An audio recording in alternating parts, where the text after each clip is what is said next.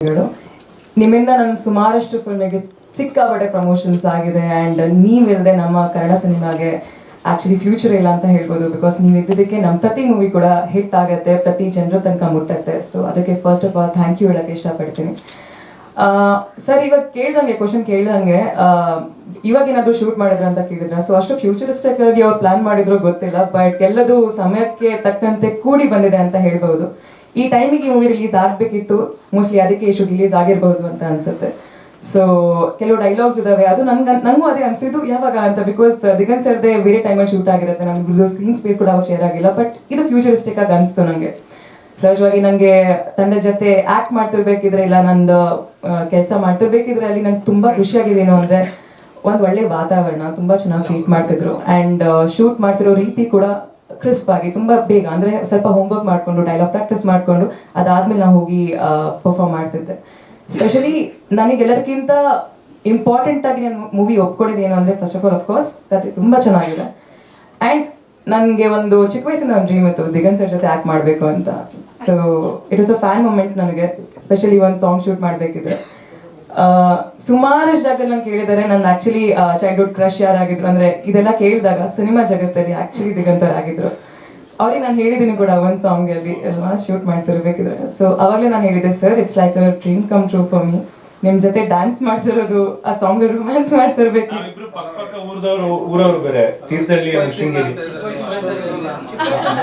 ಅದೇ ಅದ್ ನಂಗೆ ಗೊತ್ತಾಗಿಲ್ಲ. 2006 ಅಲ್ಲಿ ಏನ್ ಮಾಡ್ತಾ ಇದ್ರಿ ನೀವು? ಮೇ ಬಿ ನಾನು 5th ಸ್ಟ್ಯಾಂಡರ್ಡ್ ಏನೋ ಇದ್ದೆ.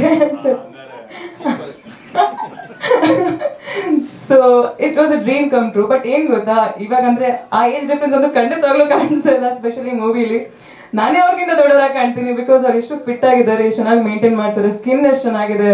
ಸೊ ಎಕ್ಸಾಕ್ಟ್ಲಿ, ಸೊ ನಾನು ಹೇಳ್ದಂಗೆ ನನಗೆ ಡ್ರೀಮ್ ಕಮ್ ಟ್ರೂ ಮೊಮೆಂಟ್ ಇತ್ತು ಅದು ಸಾಂಗ್ ಶೂಟ್ ಮಾಡ್ತಿರ್ಬೇಕಿದ್ರೆ. So thank you so much Ravindra sir ನನ್ನ ಅಪ್ರೋಚ್ ಮಾಡಿದ್ದಕ್ಕೆ ಈ ಒಂದು ಅದ್ಭುತ ಸ್ಕ್ರಿಪ್ಟಿಗೆ. ಆ್ಯಂಡ್ ಟೀಸರ್ ನೋಡಿದಾಗೆ ನನಗೆ ತುಂಬ ಖುಷಿ ಆಯಿತು. ಬಿಕಾಸ್ ಸಕ್ಕತ್ತಾಗಿ ಎಡಿಟ್ ಮಾಡಿದ್ದಾರೆ ಆ್ಯಂಡ್ ನನ್ನ ಪೋರ್ಷನ್ಸ್ ಕೂಡ ನಂಗೆ ತುಂಬ ಇಷ್ಟ ಆಯಿತು, ಚೆನ್ನಾಗಿ ತೋರಿಸಿದ್ದೀರಾ, thank you so much. And producer sir was always ನನಗೆ ಯಾವಾಗಲೂ ತುಂಬ ಸ್ವೀಟ್ ಆಗಿದ್ರು ಸೆಟ್ಟಲ್ಲಿ. ಎಷ್ಟು ಚೆನ್ನಾಗಿ ಮಾತಾಡ್ಸೋರು ಅಂದರೆ, ಜಾಸ್ತಿ ಕಥೆಗಳೇ ಹೇಳ್ತಾ ಇದ್ರು ನನಗೆ. ಸೊ ನನ್ನ ಶೂಟ್ ಇಲ್ಲದೆ ಇದ್ದಾಗ ಅವ್ರ ಜೊತೆ ಕೂತ್ಕೊಂಡು ಮಾತಾಡ್ತಿದ್ದೆ. ಅವ್ರ ಹತ್ರ ಕಳೆದಿರೋಂಥ ಕ್ಷಣಗಳು ನಂಗೆ ತುಂಬ ನೆನಪಿದೆ. 3 ವರ್ಷ ಆದರೂ ಕೂಡ ಇಟ್ಸ್ ಸ್ಟಿಲ್ ಕ್ರಿಸ್ಪ್ ಆ್ಯಂಡ್ ಅವರನ್ನು ವೆಲ್ಕಮ್ ಮಾಡೋ ರೀತಿ ನಂಗೆ ತುಂಬ ಇಷ್ಟ. Thank you sir. And Chandru sir, thank you so much ನನ್ನ ಇಷ್ಟ ತೋರಿಸೋದಕ್ಕೆ ಕ್ಯಾಮ್ರಾದ ಮುಂದೆ. ಬಿಕಾಸ್ ತುಂಬಾ ಇಂಪಾರ್ಟೆಂಟ್ ಆಗೋದು ನಮ್ಮನ್ನ ಹೇಗೆ ತೋರಿಸ್ತಾರೆ ದೊಡ್ಡ ಸ್ಕ್ರೀನ್ ಮೇಲೆ ಅಂತ. ಪ್ರತಿ ಸಲ ನಂಗೆ ಅವ್ರ ಜೊತೆ ಕೆಲಸ ಮಾಡ್ಬೇಕಿದ್ರೆ ಖುಷಿ ಅಂದ್ರೆ ಮುಗ್ಗಿನ ಮನಸ್ಸು ಬಗ್ಗೆ ಅವ್ರು ಮಾತಾಡ್ತಿರ್ತಿದ್ರು. ಸೊ ನನ್ನ ಫೇವ್ರೆಟ್ ಫಿಲ್ಮ್ ಅದು. ಅದರಲ್ಲಿ ಆ ಸಾಂಗ್ ಶೂಟ್ ಮಾಡಿರೋದು ಆ್ಯಂಡ್ ನನಗೂ ಕೂಡ ಅವರೇ ಸಾಂಗ್ ಶೂಟ್ ಮಾಡ್ತಿರೋದು ಅಂತ ಗೊತ್ತಾದಾಗ ತುಂಬಾ ಖುಷಿ ಆಗಿತ್ತು. ಸೊ ಸುಮಾರಷ್ಟು ಕನಸುಗಳು ನಂದು ನನಸಾಯಿತು ಈ ಸಿನಿಮಾದಿಂದ. ಸಪೋರ್ಟ್ ಮಾಡಿ, ಚೆನ್ನಾಗಿದೆ ಸಿನಿಮಾ, ಥಿಯೇಟ್ರಿಗೆ ಬಂದು ನೋಡಿ ಅಂತ ಕೇಳ್ಕೊಳ್ತೀನಿ. Thank you. ಥ್ಯಾಂಕ್ ಯು ಸಂಕನಾ. ಬಜರಂಗ್ ಶೆಟ್ಟಿ ಸರ್, ನಿಮ್ಮ ಪಾತ್ರ ಸಿನಿಮಾ ಬಗ್ಗೆ ನೀವೇನು ಹೇಳ್ತೀರಿ? ಎಲ್ರಿಗೂ ನಮಸ್ಕಾರ. ಎಲ್ಲ ಮಾಧ್ಯಮ ಮಿತ್ರದವರಿಗೂ ಹಾಗೂ ವೇದಿಕೆ ಮೇಲೆ